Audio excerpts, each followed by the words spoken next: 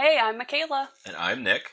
And this is a completely legitimate movie podcast.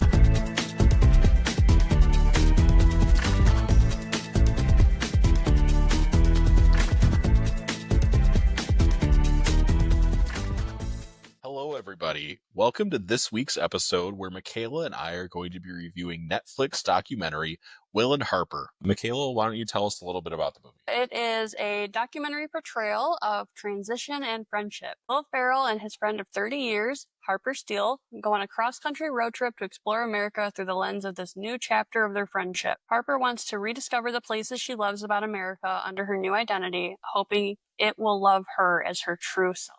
This movie premiered at the 40th Sundance Film Festival in January of 2024. It was warmly received and had multiple studios expressing interest in it. It had a very limited theatrical release in early September, and then it started streaming on Netflix September 27th. And I promise, yes, this is our second podcast episode, second movie review. We will be reviewing movies outside of Netflix as well. This is not a Netflix podcast. Yeah, we are not ride and die for Netflix. No. This is out. No, this is just how it happened. It's directed by Josh Greenbaum, and he is most known for movies Barb and Star Go to Vista Del Mar and Strays. Stars, obviously, this is a documentary, so these people are appearing as themselves. Harper Steele started working for SNL as head writer in 1995. This was the same week that Will Ferrell started. She worked there until 2008 when she left for Funny or Die. And I will admit, having only been 3 when she started at SNL and not having actually been allowed to watch the show until 2007, I was not familiar with Harper Steele, nor the name that she's credited with writing. That is a poor excuse. I feel like you should have just been on the ball. Yeah, no, you're right. You know, maybe bad parenting. They should have been putting SNL on for me. Right. It should have just been what did 3-year-olds watch back in the day. Should have been Blue's Clues and immediately into SNL as your parents let you know. And we have Will Ferrell, who is probably a man that needs no introduction. You'd think, but there's so many people on the road who do not recognize him. And it's like, how? We'll get into that. But yeah, so I want to know, Nick, what is your favorite Will Ferrell role? It's gotta be, he has so many good ones. My favorite's probably Ricky Bobby, Shake and Bake. You know, that's my answer too. That's why we're married. Yep, that's number one on like the OkCupid compatibility test. Yeah, absolutely. Yeah, there's probably like a litmus test out there for this. I'm sure. Due to having such an extensive career, it was actually really difficult for me to narrow down to one production. But yeah, absolutely. Ricky Bobby, Talladega Nights. I feel like that movie was my entire personality until I was like 18. The amount of times I have quoted it is shameful. And then we also have some amazing SNL alum cameos. Tina Fey, Tim Meadows, Colin Jost, Seth Meyers. Later in the documentary, we see Kristen Wiig, Molly Shannon, and all of these individuals I've named, by the way, are very supportive of Harper's transition. It had 11 wins and 55 nominations, although it was snubbed for the Oscars. It was really funny. There was a clip of Will Ferrell on The Late Show with Stephen Colbert, and in a way that we wouldn't expect anything else, he teased Colbert and said, "Ask me if we got Oscar nominated." And then they later deadpanned on him and he said, "Fuck the Academy." I mean, yeah, my sentiments exactly, and I'm gonna bring this up later as well, but when you look at the original song in this movie and you put it up against the winner, El Mal, Amelia Perez. El Mal by Amelia Perez. Yeah, I don't understand how that song was nominated, let alone how it won. This song that I'm talking about, Harper Will Go West, it was on the short list, but it deserved the Oscar for Best Original Song, full stop. I'll just say that. Oh yeah, it is the one song in this movie, and it's better than anything we heard in Amelia Perez. And that was last week's episode. Let's focus on the good. You mentioned that schlop again, and I walk. Oh, no. All right, well, let's dive right into the documentary itself. The documentary opens with Will Ferrell walking into his interview, and it's anytime you watch a documentary, the opening shot seems to be someone walking into this interview. They walk up to a chair and they sit down. Will Ferrell is narrating this, making fun of this. He's like, now I'm walking into the frame and I'm going to sit down like this is for B-roll, but it's actually going to be used. but I don't know it. He's making fun of documentaries, even though he's in this very heartfelt document. He's America's sweetheart. Yes, yeah, he's behaving exactly as you would expect Will Ferrell to behave. A joke for everything. Exactly. He dives right in. He talks about his time on SNL, and at the time he was hired, within the same week, he made friends with a writer who was hired at the same time. He describes Harper Steele as this lovable curmudgeon, and that they would goof around, they would drink together, they would work together, and that a lot of the great roles Will Ferrell had came to fruition because they were a team. Yeah. Part of that too just was Harper believing in Will and recognizing that he's a funny guy. We should keep him around. We have Harper to thank for a lot of this great Will Ferrell content we've received for decades at this point. Right. So during the pandemic, we learned that Harper sent Will an email confessing their truth, that they are a woman, that they are trans, their struggle about growing up feeling unnatural. And we talk to Harper as they're introduced, and Harper talks about these fears of losing loved ones that they care about when they come out, and how this is a common fear for trans people, and I would assume other people in the LGBT community when they come out. Yeah, that question of, will I still be loved? The documentary truly starts with us following Harper around her home in New York. She tells us that Will was pretty supportive when she came out. We see Will at his home. He says he has a lot of questions. He asks the camera, does she still like shitty beer? To which we see Harper reply to the camera, why does he think Natty Light is a shitty beer? It's a delicious beer. And the question that I had for this was, is Natty Light just the beer of choice for like Midwesterners? Because we find out later in the movie that Harper is from Iowa. My dad, we're Michiganders. My dad drank Natty Light literally like it was water growing up, and I feel like it was always around. Is this just the Midwestern beer of choice? And your dad doesn't listen to us, but it honestly, it's kind of a running theme where I think Natty Ice and Natty Light are the beers of choice for like shitty dads. I've kind of noticed, and it's a running theme of people I've known. And I'm sorry if you drink that and you're this wonderful, loving father. This is anecdotal evidence. This is not statistically backed. I have no real evidence, but is there a correlation? I don't know. Harper loves it, and Harper's a great parent, as we learn. We learn Harper has crossed the country and done a lot of traveling in her career as a comedy writer. We learned throughout the film and documentary that she loves just the low life type places. She describes them. She loves seedy bars and little dives and just absolute garbage. And that's kind of how she describes it. But she likes the little bar, the dingy place. But she's worried that she can't go to these places. She will not be welcomed in this new identity. Or safe. Yes, or safe. And that's a running theme in the movie, is Harper's safety. Will decides, well, we should road trip the country together to show America this new and improved Harper, and they make plans. They make plans to do this. Harper says, I love this country, I just don't know if it loves me right now. Before they set off, they're packing clothes. Harper makes this comment about it's harder to pack clothes as a woman. We see Will having his own struggles with packing, but it's because he couldn't bring an alto sax. It won't fit in his luggage. And Will Ferrell is so good at adding levity to this situation, as you would expect. Right, yeah, and that is a constant in this documentary. And we get two friends, two best friends. No, I'm not gonna. Just loving and supporting each other through this new journey. Harper sets off in her station wagon to find the Griswold family Christmas tree.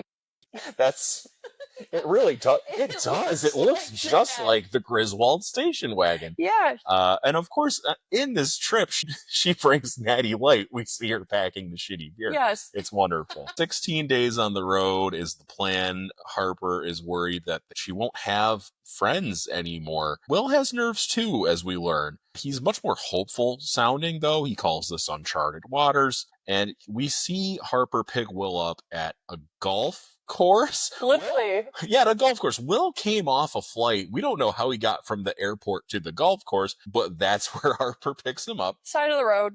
Yeah. And I liked, immediately upon seeing Harper, Will compliments how she looks and compliments their clothes, which I think is just a very sweet thing to do. Like, that's great. Yeah, like I'm sure that validation is appreciated. First stop on the road trip is breakfast with Harper's kids. Harper has 2 daughters, and Will does the thing that anytime you see a family friend does, like, oh, last time I saw you, you were this big, who knows how to answer that. Right. And I mean, I don't know a lot about New York, but I had to keep reminding myself that this was where they were starting was New York and not Wisconsin or some other like Midwestern town. There are things east of us, dear.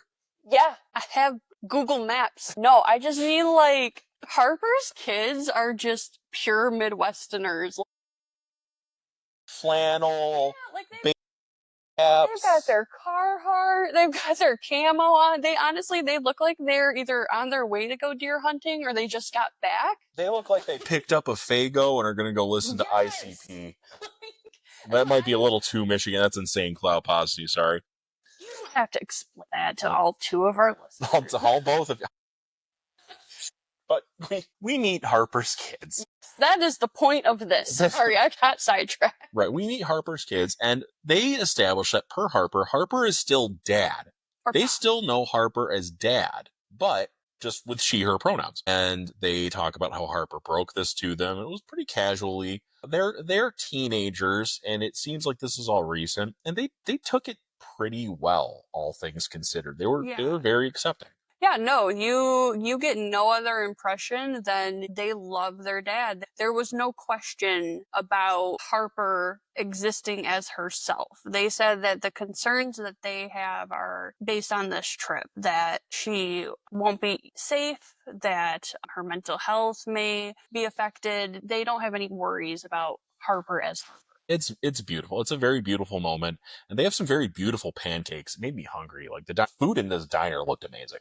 Yeah, but that whole spread did not make sense. Why are they getting tzatziki sauce? But I was like, is this breakfast? Is this lunch? Well, everyone got something different. They finished breakfast. Yeah, why do you get tzatziki at breakfast? They established this was breakfast. It doesn't matter. Where's they putting that? Back to the car, and Will says, for the record, he is very excited for this trip. Yes. I think we all assumed that, but he needed it to be on record. They go to visit the SNL studios as their first real stop on the journey. I assume Will Ferrell can just go to SNL studios whenever the fuck he wants, whether he's on the cast or not. It's just, are you going to turn Will Ferrell away? No. And we get this great retelling of their time together on SNL. Will says, as we mentioned earlier, that Harper was an ambassador. Harper worries that her SNL alum won't see her as Harper, that they'll see her as who she was before.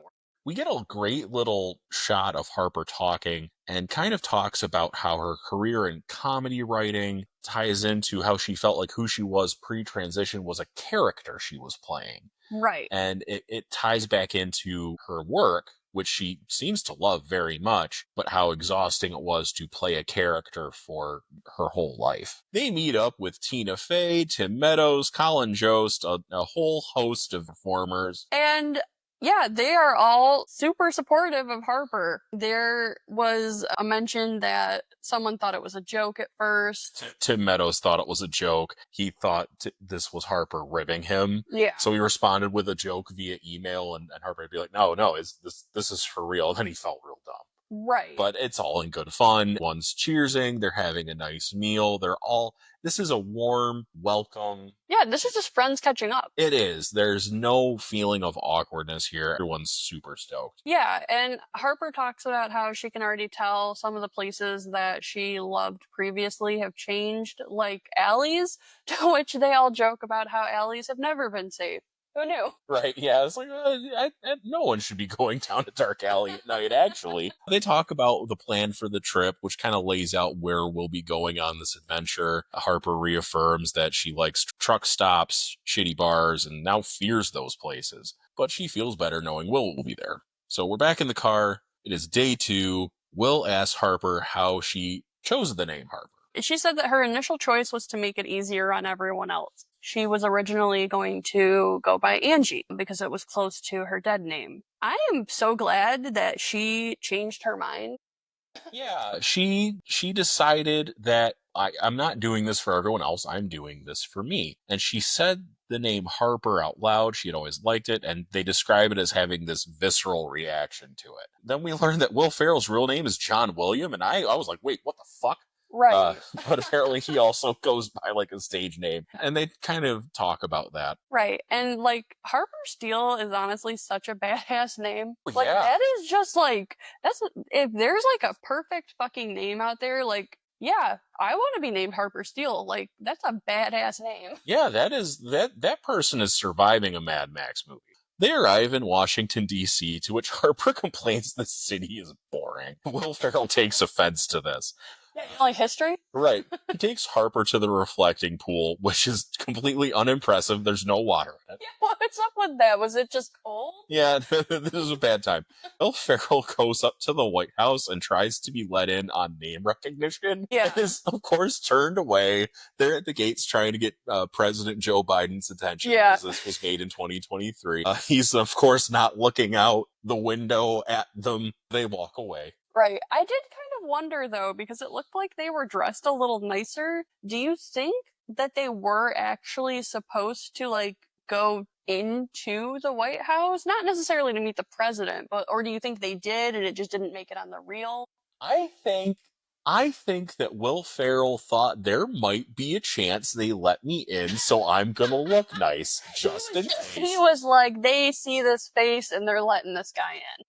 Will Ferrell is down to clown, but he has to be dressed appropriately in case it works. Okay. Yeah. That is fair. So we're road tripping and we jump all the way from Washington, D.C. to Ohio, which I'm so sorry that they had to pass through Ohio. You can't escape it. You can't escape Ohio. It's terrible. To cope with the horror of being in Ohio, Harper reads some of their old journals, and they talk about how they started writing in them when she felt like her life was falling apart. Harper had an old therapist who was dismissing her notion of being trans, saying that she was living in a fantasy, and she's telling this to Will, who looks just very incredibly sad that Harper had to go through this. The good news is they're now out of Ohio, thank goodness, and they stop in an Indiana parking lot outside of a Walmart. They set up their lawn chairs to smoke cigars and drink Natty Light. And this happens a lot in the documentary. They stop, they get out their camping chairs, they drink some beer together. And we learned that Harper brought just so many Pringles. A shit ton of Pringles. Pringles come up so often in this movie. I don't know if it's subliminal advertising, if they sponsored this documentary. No, they're just really cheap. Harper asks Will if he was worried about how to talk to her after she came out, and he responds that he was a little nervous about what the new ground rules would be, and how much had changed or how much would be the same. And he said Harper immediately put him at ease because she assured him that she knew that any questions he would have would be coming from a good place, that they weren't with malicious intent. She says there are no ground rules as friends. Yeah. That line really struck me. Just, it's very sweet, and that's, I think, speaks to the bond that they have. And we see a lot of that, but it's like, you're my friend. There are no rules here. Yeah. And then Will Ferrell is recognized by a fan. Right. And I mean, going back to what we said too, I think that comment about like there are no ground rules as friends, I think that really speaks to Harper's character. Transitioning, I can't imagine the emotional turmoil that comes with that, not knowing how people are going to take it, not knowing what the outcome will be, and just allowing Will to ask damn near anything. That just, I think, really speaks to her character. It does. Harper is a great person, and Will is a great friend, and we see so much of that throughout this documentary. We jump to day 5. They're in, as Harper describes, her favorite type of restaurant, a greasy spoon truck stop diner. Immediately we're greeted with a waitress who misgenders Harper as sir, and Will kind of forcefully corrects her as ma'am, not in a rude way, but with force. And it's not clear if the waitress did this on purpose, but she corrects herself when Will does and apologizes, and Harper accepts this as it's going to come with the territory. After that happens, they make a joke that Will should order first and say, now for the little lady. Right, what does the little lady woman person want? I feel like these two would be the coolest people to hang out with.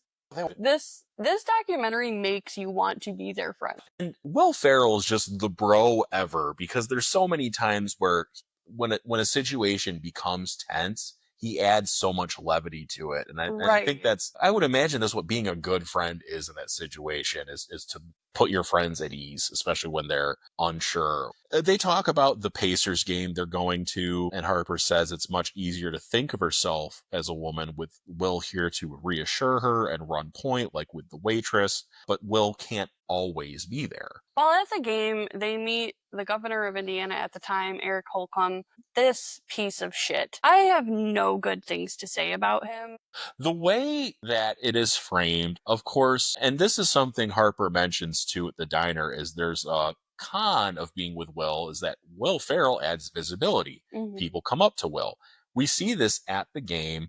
The governor, this piece of shit, Eric Holcomb, comes up to Will for the photo op. They're talking, they're posing. Neither of them think anything of it at the time. Will introduces Harper to Eric and says, "We're going on this road trip across America to celebrate Harper's transition," and it seems fine. And then when Will sits back down, Harper mentions that someone said something to him. And for those of you who may not know why we keep referring to Eric Holcomb as a piece of shit, it's because he is. But if you would like an actual, like, why? He, during his governance, signed a bill into law that bans gender-affirming care for minors. Now, it was spun in a way, as these things always are, that doctors were performing changes in terms of like genitalia and things like that on minors. Of course, that is utter bullshit. That doesn't happen. What it did stop were things like hormone therapy. This piece of shit signs this into law because he is a person of family values, and then takes a picture with Will and says he's a big fan of movies like Talladega Nights and Step Brothers. Will is telling him about Harper and this transition, and he's just smiling and nodding along, looking supportive, and it's a real shaking your hand while pissing on your leg moment, because they are shown at the game kind of researching him, and we get an audio clip of him passing these bills and talking anti-trans legislation. Also, Indiana's new governor, still a piece of shit, just signed a bill recently into law that bans trans women from playing in women's sports. I have to ask if any of you listening know, this is the same state that gave us Mike Pence. Has Indiana ever had a governor that isn't a massive piece of shit? I haven't done the research, but Like, the last two have been bad, apparently. I feel like they've all been bad. Like, if you know of a politician that Indiana has given us that hasn't been a massive pile of shit, please chime in. Cuts to the next day, they're in the car, and Will laments that he was not expecting to meet the governor, and he feels incredibly foolish for not asking the governor, recognizing him as a politician, asking, "Well, what's your stance on trans people?" He feels really dumb about this, and he feels like he let Harper down, and he admits to that. And Harper, of course, does not hold this against Will. Right. If anything, I feel like she almost empathizes with him about it. I'm saying that this must happen to him a lot, the photos he doesn't want to be in. But they get through it together. There's no ill will between them. They feel kind of dumb that this happened, and they didn't think about it until after he left. But, they're together. They know they have each other's back. And we move on. They are off to meet a trans woman in Peoria, Illinois. Sorry if I mispronounced that. To talk about how she transitioned into that community. She apparently is somewhat well known in the area. Her name's Dana Garber, and they meet with her. And she talks about how she is 65 and she transitioned 10 years ago when she was 55. She tells a story about something that happened to her in kindergarten where they're divided up by boy and girl. She lines up with the girls just instinctually, of course, and the teacher kind of shames her about it, talks about them having different body parts. And Dana drops this line that stuck out to me. It wasn't about body parts, it was about who I was inside. And that this was the first of a lifelong identity crisis that she had to go through. Right. She says she remembers praying to God for him to either fix her or kill her. She also discusses suicidal ideation and passive suicidal ideation, and so I just want to say, as something that a lot of people seem to forget, we all take suicidal ideation very seriously if someone is having thoughts of harming themselves. But there's also that passive suicidal ideation, and if you know someone in your life who is struggling with mental health, please keep an eye on that. It is not necessarily the wanting to self-harm. It is the just wishing that you would die. that something terrible would happen to you so that you would cease to exist. Dana and Harper talk about shared experiences a little bit here. They talk about not liking their voices because they're deep, making it harder for them to pass. And they talk about passing, and Dana talks about how she wanted to do vocal therapy for a while, but decided that she was doing it more for society and not for herself. And Harper respects that. Yeah, it's this premise that being trans looks different for each person. Dana says a lot of transitioning is learning to accept yourself. At this point, Dana, Will, and Harper go to karaoke at a bar. They sing I Got You, Babe, and it's a very nice moment. Yeah, very sweet, very bad karaoke, but that is always the best kind. And Will tells Harper later in the car that he's never seen her that way. And it's just that levity about her of being happy and free as she truly is. It is the next day in the car, and they call Kristen Wiig. They kind of conscript her. She is drafted to write them a theme song. A few different names. Yeah. And they decide, no, let's go with her. But because they want a theme song. She's just kind of hit with all these demands that Yes. it needs to be contradictory demands. Yes. They give her so many different things that they want this song to have. It needs an up tempo, not too up. It needs to be jazzy. It needs to have a little country twang. It needs to be fun. It needs to bring a tear to your eye. It needs to be about friends. And then they say, take your time. But, sometime in the next couple of days. We only have about 8 days left. I just have to comment and say, this soundtrack slaps. Yeah. It has been just good song after good song. Nothing but bangers. Yeah. B.O., bangers only. They're in Iowa. They mentioned they're going here because it's Harper's hometown. On the way, Will asks Harper if she is a worse driver now as a woman, to which Harper replies, fuck you, but yes. It's a funny moment. Yeah. They call Harper's sister in advance of staying with her, and this was about the point of the movie where I thought the documentary was sponsored by Pringles, because immediately that's what they offer Harper's sister, Eleanor. They ask Eleanor if she was surprised about Harper. She says that she mostly felt sorrow. She was surprised, but it was mostly sorrow about how much pain Harper has had to endure over the years. And she also mentions that she thought it was important. She responded immediately when Harper reached out to her so that Harper knew it wasn't something that she had to think about. Harper comments that she remembers her saying, good, I always wanted a sister, which is, if your family member comes out to you as trans, this is the response. This is, you don't have to overthink it. You don't have to lament about saying the right or wrong thing. Just this, copy paste, we're good to go. We get some more Harper backstory, which we get sprinkled throughout the documentary, of Harper's struggle as she was growing up, as she was a young adult, how hard it was to try and let some of her true self out. But she tells a story about how she went skating with some friends, I think as a teenager, and she had a pair of bell bottoms at the time. She loved. She loved them. She got them from Eleanor. She felt good in them. She felt like herself. And she goes skating with these friends. So she's having a good time. But one of her friends makes a slur about these pants that I will not repeat. And it quashes Harper. She's crushed. She gets rid of the pants immediately. And it's just another kick in the pants of not being able to be herself. And then they eat some Pringles. Yeah. Will alleviates the moment by pointing out that Eleanor hasn't touched her Pringles. Yes. And she asks if they taste different, and she asks where they got them because they taste different, and they tell her Indiana, and she's like, oh yeah, I thought so. It's just like, yeah, I guess humor must run in the family because they give her... Eleanor gives as good as she gets. Thank you. That's what I was trying to say, and I just paused. I got stuck. We see some old school photos of Harper with longer hair as a child. Harper talks about being in elementary school and knowing that at the time she was confused about her identity. But seeing these photos does make her happy, loves these memories. She talks about how she used to ride unicycles all the time throughout the neighborhood, and at one point was in the newspaper for it.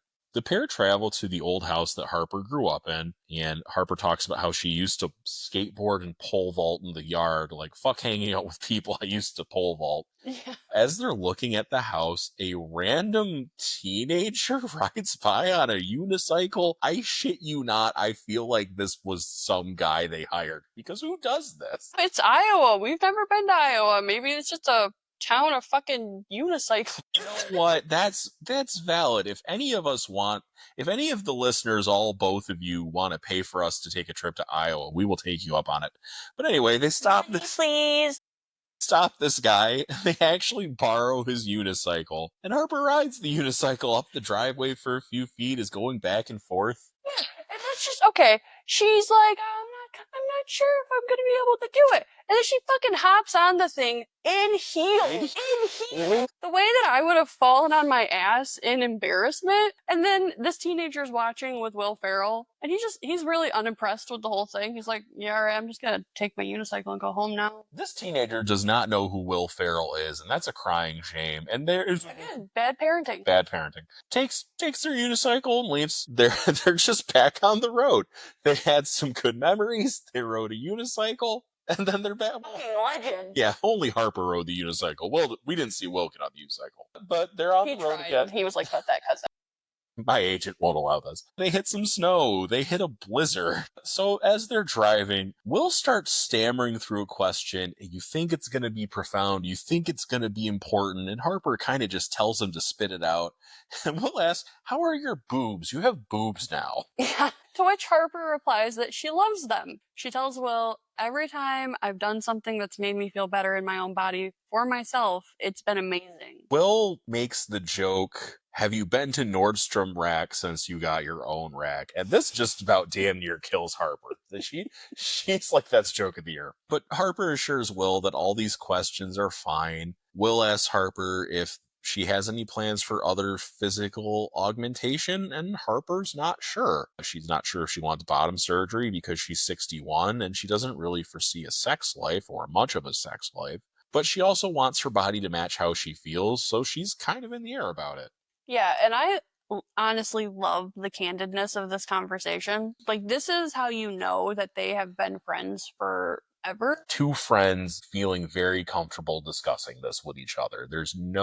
Will felt a little weird spitting it out, but once they started, they just didn't stop. They just had a great conversation. Which leads us to a fireworks store. Why not? They buy fireworks. Yeah, I'm expecting something huge. Like, I'm seeing them grab a fuck ton of fireworks, and you will find out the more you listen to this podcast. I use fuck ton as an official measurement. So far we have had a fuck ton of fireworks. Is that metric or imperial? Of Pringles. Foot, the mile, fuck ton. Yeah. And they also hit a laundromat because Will has run out of clothes.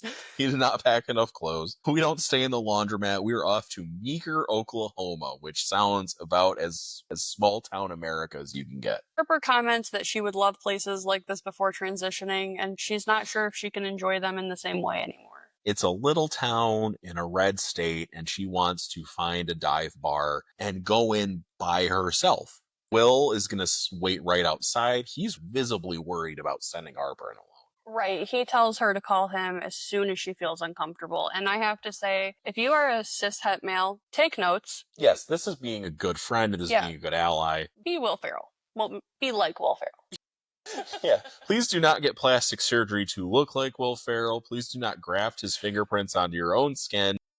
It's probably illegal.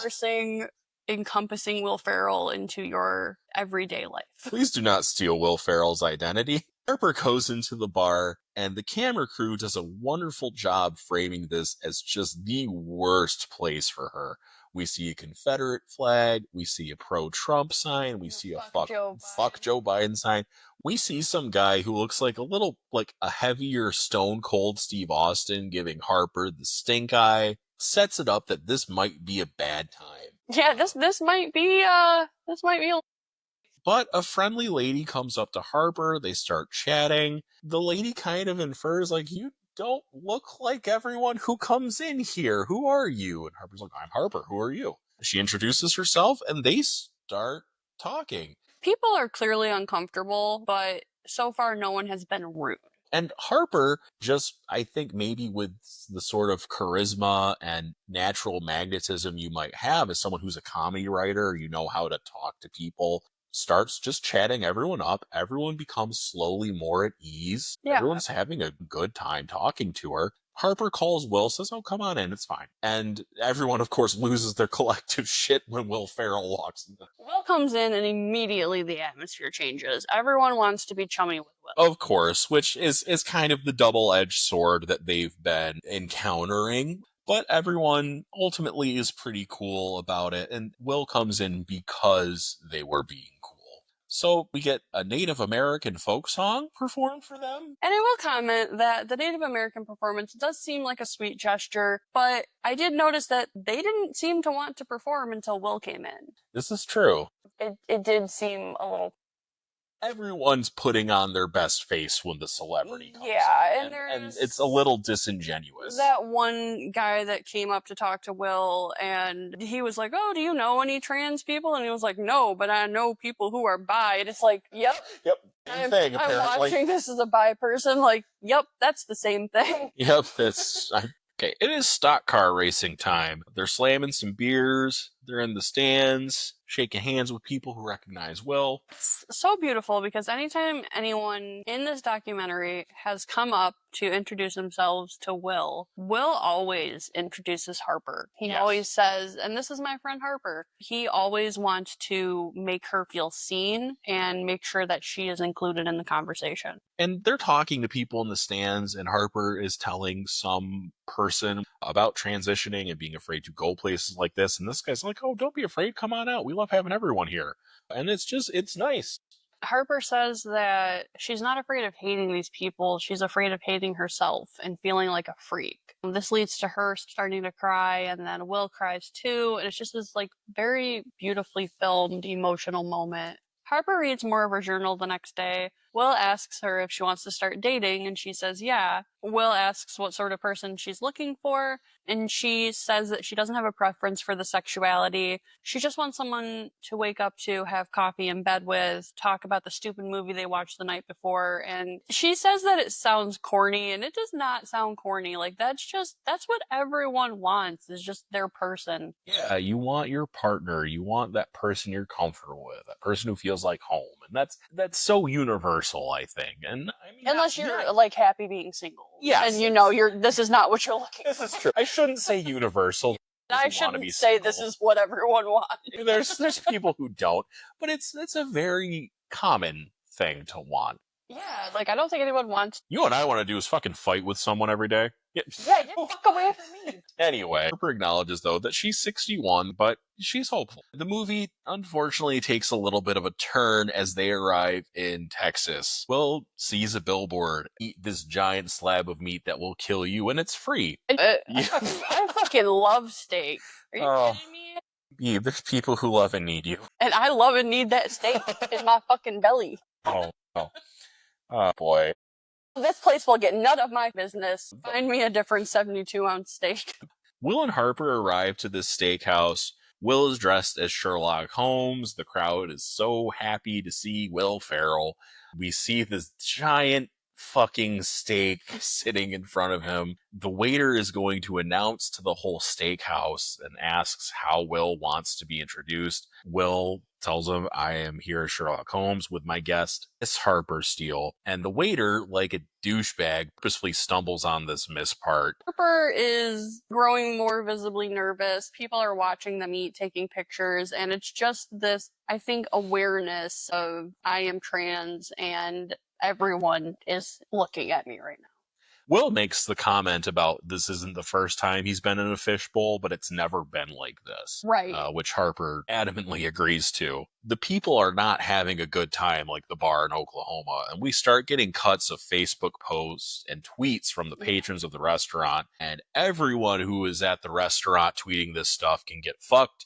That is an official statement from me. Yeah. Fuck you. Later in the car, Will says the saddest part for him, and he at this point is very tearful, is he feels like he let Harper down. He's thinking, we have to worry about Harper's safety. They stop on the side of the road with their chairs again. Harper reads the tweets they've gotten so far about the trip. A lot of the tweets from last night, too. We're not going to read them out to you. If you watch the documentary, they read some out. They'll be shown on screen. They're terrible, and shame on you. They talk about the damage that stuff like this does to trans people, how it will sit in Harper's head. and they get back in the car and they talk more about the type of trans hate that Harper and the community itself receives. And Harper confides to Will that she had intense suicidal feelings. She mentioned 6 years ago she went to a gun store, and she said up until she transitioned, she didn't want to be around a gun because of the impulse. Once she transitioned, all she wanted to do was live. And it really just speaks on the importance of this gender affirming care. All it took was for her to finally start looking like the person she felt on the inside. And she feels now like she has the second chance at life. And this is the last time I'll bring it up. It's more powerful than anything they said in Amelia Perez. Yeah, stop mentioning that shithole. All right, We don't know her. We don't know her. So the pair hit New Mexico. They get into a hot air balloon with Will Forte. We get some more of Harper's past, where she talks about how part of her wishes she had transitioned 40 years ago, but also recognizes that the life that she led is what led her to Will, to her wonderful career, to all the friends she's made. It's not like there hasn't been some good in the way things have shaken out. Yeah, and it's so remarkable how much of a positive outlook Harper has on life. Like, she just has such a air about her that I think that's hard to find in a person. Absolutely. While in the air, of course, Will Ferrell brings levity to the moment again and yells down for someone to shut their dog up because he hears barking in the distance. Back on the ground, Will Forte celebrates with them, is so happy for Harper. He is going to pop a bottle of champagne. He cannot get the cork to pop. Yeah, and then it does this very tiny little pop. Yeah.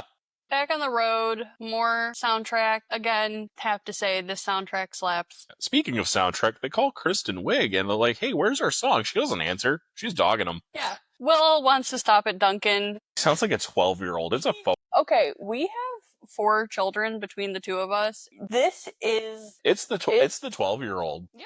We haven't done one fun thing. We never do anything I want to do.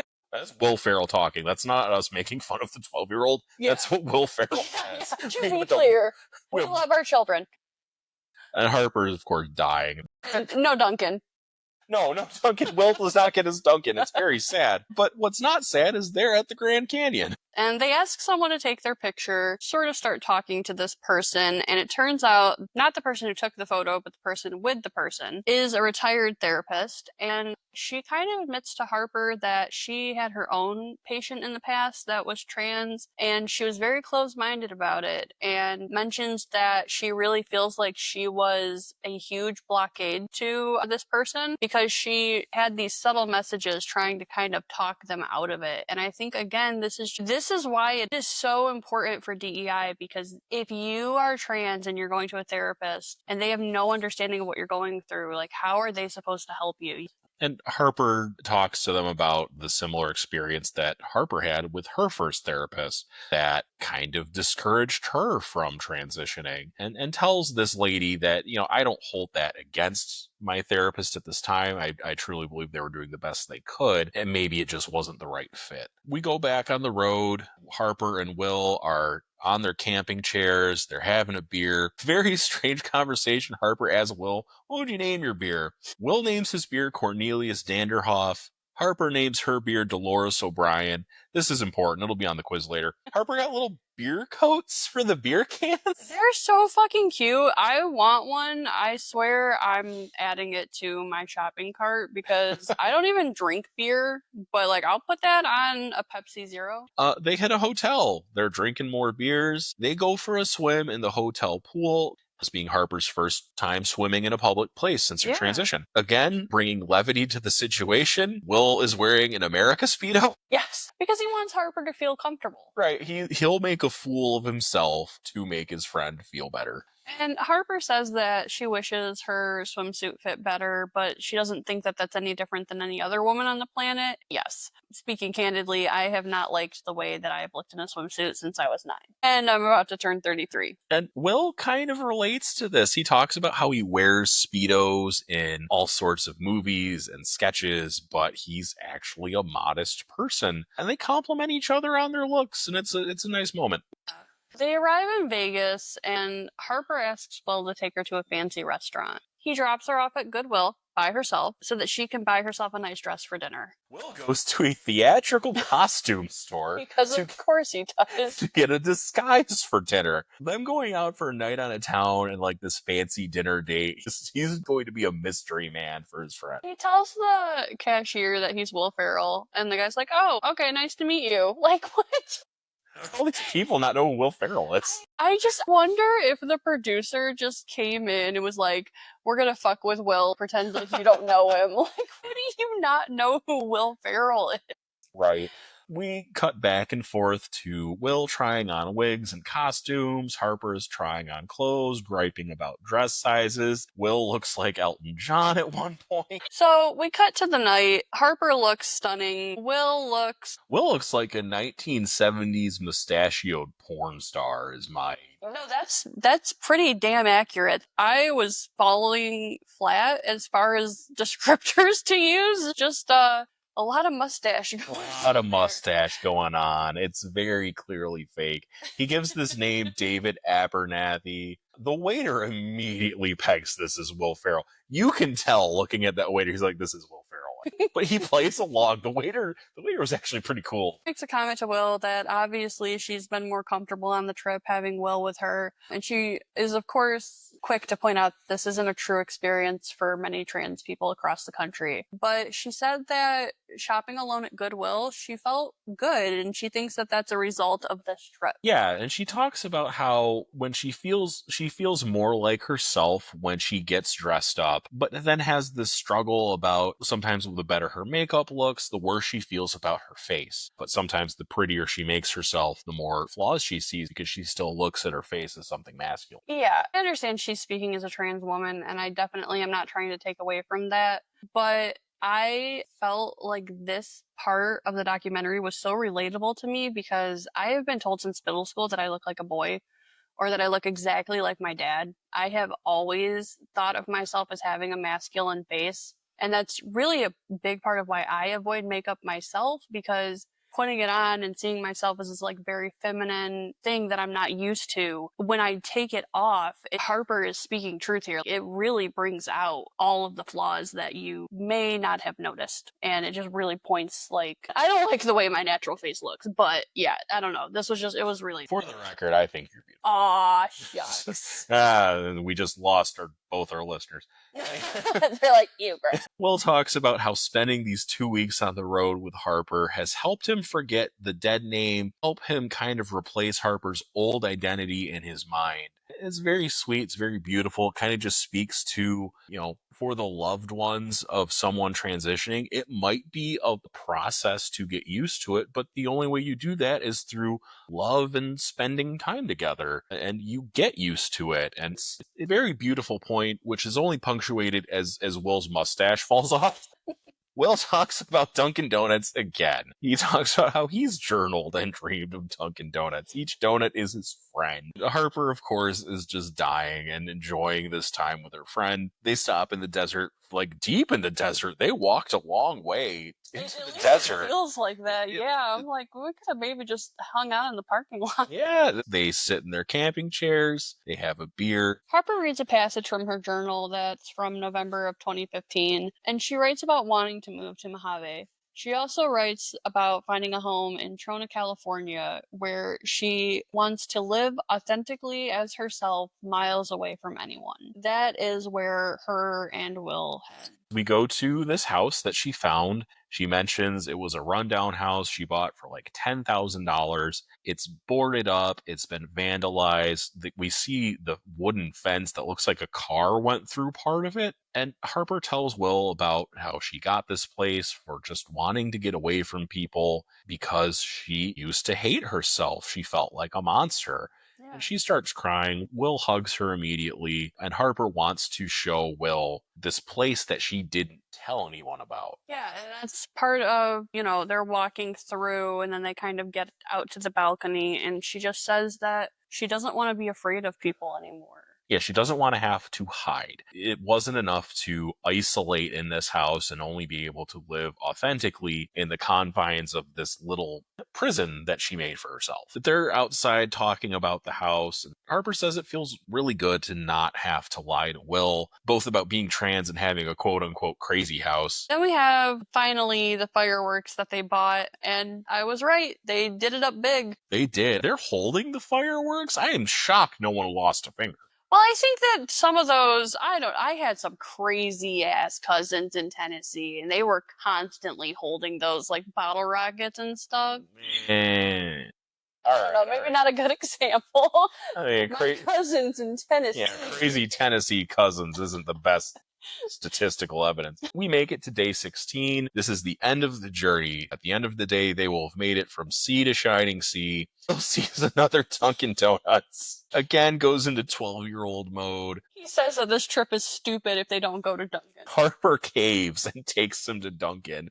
And then Will takes the longest time in the drive-thru asking if they have fritters, asking about the donut holes. Then he just gets a plain classic glazed donut. He gets the most basic donut after all that. Listen, I used to work at McDonald's. That is so real. Will has changed his tune. This is now the best trip he's ever been on. They meet up with Molly Shannon at the nail salon, and if you don't know who Molly Shannon is, maybe by name, I am going to assume that you had better have seen Superstar. That is most notably what I know her from. And if you haven't, you're wrong, and go fix yourself, and then come back and listen.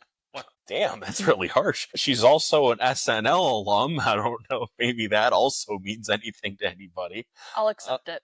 Okay, all right. They're getting pedicures. All three of them are getting their feet done. Molly asks Will. Will learned about Harper. He responds that he learned about the despair Harper was hiding, and he's very clearly very happy that Harper doesn't have to do that anymore.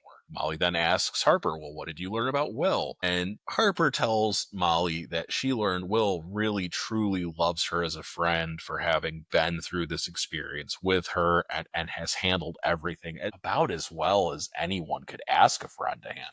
Yeah, you can have your friends and know that your friends love you, but just the sweetness of how he has stood by her, I think that just really has meant a lot to her. And then they're back in the car. They call Kristen Wiig because they are 8 minutes from the end of their journey and they have no theme song. Go straight to voicemail. Again, just dogging them. They get to the beach. That is officially the end of the journey. They set up their beach chairs. They bring out Cornelius and Dolores for another drink. They watch the sunset, and then Will tells Harper that he got her a present. And I got choked up at this moment. I really did. He shows her this pair of diamond earrings that he got as a reminder that it's okay to feel pretty and do nice, pretty things for herself. And they're watching the sunset, and they kind of ask, well, what are you doing after this? And Harper says, well, I got to drive back to New York. What are you doing? Well, it's like, oh, I'm wide open. I have nothing. So they're just going to drive back, apparently. We get the credits. We get a recording of Kristen Wiig. She has the song. What's it called? Harper and Will Go West. Harper Will Go West. And it is almost everything Will and Harper requested of her, amazingly enough.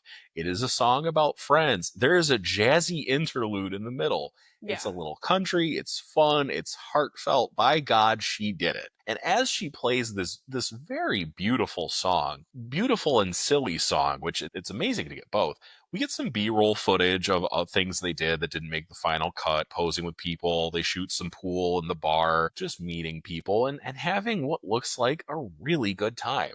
I had already warned Nick before we started doing this review that once we got to the end credits and the song was presented that I was probably going to be going off a little bit on a tangent. I was sobbing while listening to this song. It is fucking beautiful, and Kristen Wiig should have won an Oscar for this. It is not even the sense of a snub. This is literally robbery. The whole movie should have been nominated, but this song, the lyrics are the perfect touch of sweet and funny. It is perfect commemoration of this trip between these two beautiful friends. They have such an amazing friendship, and it made me think of my own two friends that I have had since 5th grade. We have been best friends since we were 10. We have been through everything together. Like, they have seen me at my best, they have seen me at my worst. And one of the lyrics of the song is a friend to the end. And it's like, if Kristen Wiig is not going to get her Oscar, like, she at least deserves her fucking flowers. I cannot believe that the song was not nominated for Best Original Song. That's such a simple line on its own. Like, a friend is a friend to the end, which anyone can say that. But in the context of the song and in the context of just having watched this very, very beautiful movie, it's touching because everything together, it's like, yeah, we just watched that in action. I can't get over this song. Like, it is so good. Who the fuck am I? She's Kristen Wiig. She knows she's amazing. But, like, this song did not get the recognition it deserved, and it should have won an Oscar. Yes, it should have. But that's the movie. And if you can't tell from just our review, we both really enjoyed this. Oh, yeah. We watch a lot of documentaries just for fun. We like to do that. We're that couple, apparently. And this is by far one of our favorites. Yeah, absolutely. And I want more of, like, Harper and Will. Like, I want a fucking mini series. Like, just like they Release the B-roll. literally. I cannot get enough of the two of them. This documentary was just, it was so well done. They are so funny together. Just I need more of them. If they're willing to give it to us, I will gladly accept it. I feel the same way. It's about as heartwarming as you can get, even with the stuff they go through in Texas. 5 out of 5. Oh wow! I didn't even get to ask you what you were rating. 5 fucking out of 5. fantastic. I'd give it 5 out of 5 too. It's the very perfect mix of sadness and happiness and highs and lows, and just when you're very feeling emotionally raw, Will Ferrell hits you with something funny, and it's a very nice ride, no pun intended. And we didn't do this last time, but we want to talk about who we think might enjoy this movie. Yeah, everyone. Well, that's why we didn't do it last time. No one was going to enjoy that. But I don't think you're wrong. Unless you're the most hateful, bigoted person out there, if you want a good, heartwarming story about friendship, and who doesn't want that when you've had a bad day, this would be great. This is a great movie to put on if you've had a rough time, if you want reassurance that there are good people out there, and not all of them, but there are people out there who will accept people as they come. Yeah, maybe if you have, like, trans people that you know and you're not really sure how to deal with it, give this documentary a spin. I think it will really open a lot of people's eyes if they just give it a chance. Join us next week. We are going to review the classic film Pretty Woman, and this is, if you listen to our trailer, this is a classic movie I have somehow gone my whole life without seeing, and when Makaila learned this, she let me have it. Yeah, this movie came out in 1990. I don't know how the fuck you haven't ever seen it. Like, you have had girlfriends. How you have somehow escaped this movie is beyond me. Not anymore. It's going to catch up to me. All right. Bye.